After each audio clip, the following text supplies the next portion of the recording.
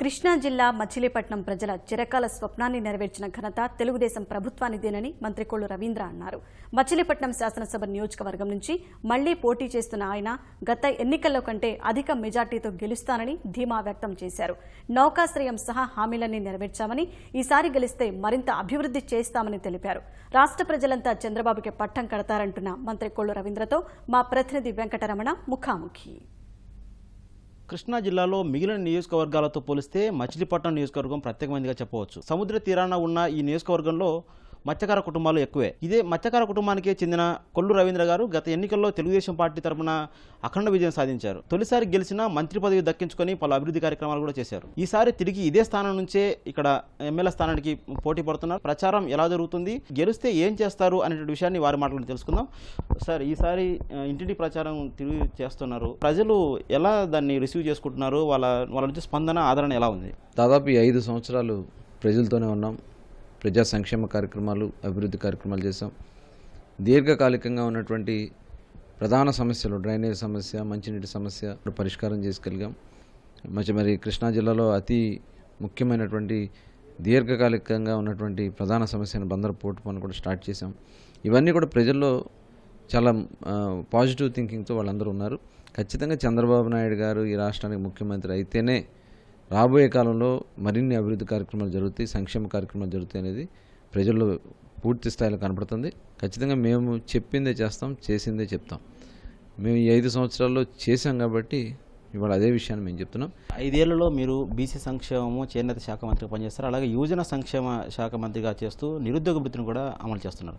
So ఈ 5 ఏళ్లలో మీకు సంతృప్తినిచ్చినటువంటి అంశం ఏంటి? అవి మీకు ఎట్లా ఉపకరిస్తారనుకుంటారు ఈ ఎన్నికల్లో? అత్యంత వెనుకబడిన కులాలుగా ఉన్నటువంటి సంచార జాతులకు సంబంధించినటువంటి వాళ్ళకి ఒక కార్పొరేషన్ ఏర్పాటు చేయించడం గత కాంగ్రెస్ ప్రభుత్వంలో నిర్వీర్యం చేశారు బీసీ ఫైనాన్స్ కార్పొరేషన్ని. ఇవాళ దాని ద్వారా కొన్ని వేల మందికి ఇవాళ లబ్ధి చేకూర్చాం. ఇలా అనేక కార్యక్రమాలు చేసినటువంటి ప్రభుత్వం తెలుగుదేశం ప్రభుత్వం. మచిలీపట్నం నియోజకవర్గంలో చూస్తే ఎక్కువగా మత్స్యకార కుటుంబాలు ఎక్కువగా ఉంటాయి. అదే మత్స్యకార కుటుంబం నుంచి వచ్చిన మీరు మంత్రిగా ఆ మత్స్యకార కుటుంబాలకు ఎలాంటి సంక్షేమ ప్రయోజనాలు అందించారు? వారి నుంచి మీకు ఎట్లా ఉంది సహకారం, ఎలా ఉంది, వాళ్ళ యొక్క స్పందన ఎలా ఉంది? వాళ్ళకున్నటువంటి సమస్యలన్నీ పరిష్కారం చేయడానికి మరి ముఖ్యమంత్రి గారితో కూడా ఒక అనుసంధానంగా మేము వ్యవహరించి చాలా వరకు సాధించాం. ప్రధానంగా బ్యాన్ పీరియడ్ ఏప్రిల్ 15 నుంచి జూన్ 15 వరకు బ్యాన్ పీరియడ్గా ఉంటుందో దానికి ఈరోజు 4,000 రూపాయల చొప్పున వాళ్ళకి భృతి కల్పించాం. 50 సంవత్సరాలకే వాళ్ళ పెన్షన్ తీసుకొచ్చాం.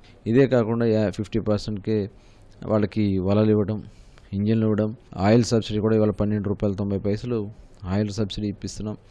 ఇదే కాకుండా హౌసింగ్ స్కీమ్స్ కూడా ఇవాళ రాష్ట్ర ప్రభుత్వం ప్రత్యేక దృష్టి పెట్టి ప్రభుత్వం అండగా ఉంటుంది. మేము అదేవిధంగా అన్ని వర్గాలని కలుపుకొని ముందుకెళ్తా ఉన్నాం. మచిలీపట్నం పోర్టు కోసం దశాబ్దాలుగా ఇక్కడ పోరాటం జరిగింది. మీరు కూడా గతంలో పోరాటం చేశారు. సో ఈ పోర్టు పూర్తయితే ఎలాంటి ప్రయోజనాలు ఉంటాయి? దాన్ని పోర్టు ప్రారంభించడానికి ఇక్కడ వాళ్ళు ఎట్లా దాన్ని రిసీవ్ చేసుకుంటారు? దానివల్ల ఎలాంటి ప్రయోజనాలు ఉంటాయి మీకు ఈ ఎలక్షన్స్లో?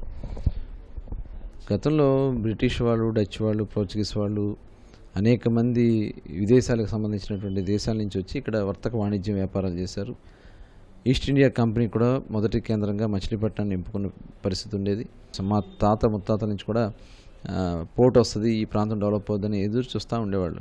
సాగరమాల కింద కేంద్ర ప్రభుత్వం ప్రకటించిన దాంట్లో మచిలీపట్నం పోర్టును పెట్టడం జరిగింది. వచ్చిన దగ్గర నుంచి దానికి ఉన్నటువంటి అన్ని అడ్డంకులు, అన్ని పర్మిషన్స్, రైతులతో ఎలా డిస్కస్ చేయాలి, అనేక ప్రపోజల్స్ పెట్టారు. ల్యాండ్ పూలింగ్ స్కీమ్, ల్యాండ్ ఎకరాకి 25 లక్షల రూపాయల చొప్పున భూములకి విలువ కట్టి ఇవాళ రైతులు కూడా ఆనందంగా ముందుకు వచ్చి ఇవాళ భూములు హ్యాండ్ ఓవర్ చేస్తున్నారు.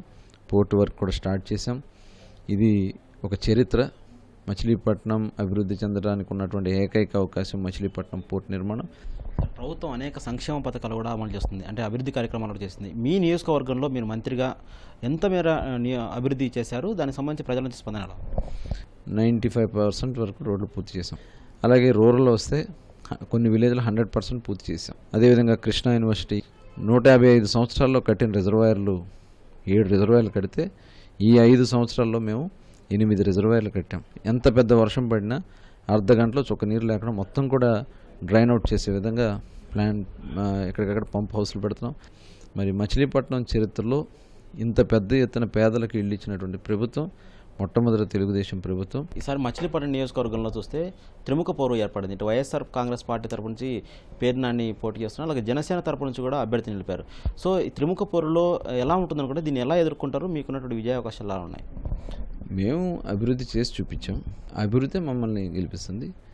వాళ్ళ ప్రయత్నాలు వాళ్ళు చేస్తారు, రకరకాలుగా చెప్తారు, మాటలు చెప్పడం, వాళ్ళు మభ్యపెట్టాలని ప్రయత్నం చేస్తారు. మేము ఎక్కడా కూడా మాటలు చెప్పాల్సిన అవసరం. ఈసారి తిరిగి మీరు ఎమ్మెల్యేగా ఎన్నికట్ అయితే ఏం హామీ ఇస్తారు, ప్రజలకు మీరేం చెప్తారు?